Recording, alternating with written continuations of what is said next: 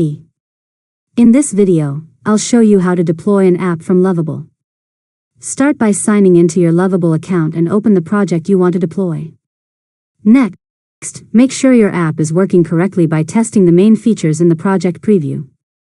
Fix any errors before publishing.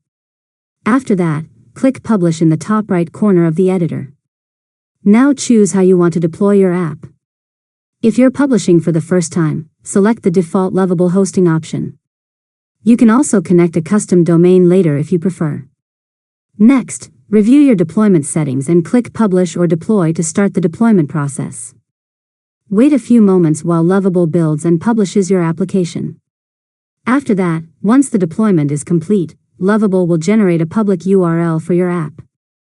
Open the link to verify that your application is live and working correctly. Finally, if you want to use your own domain, open the Domains or Project Settings section, add your custom domain, and follow the DNS instructions to complete the connection.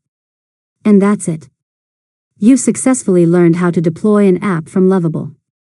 If you found this tutorial helpful, make sure to subscribe to Learn Mode Lab for more tutorials.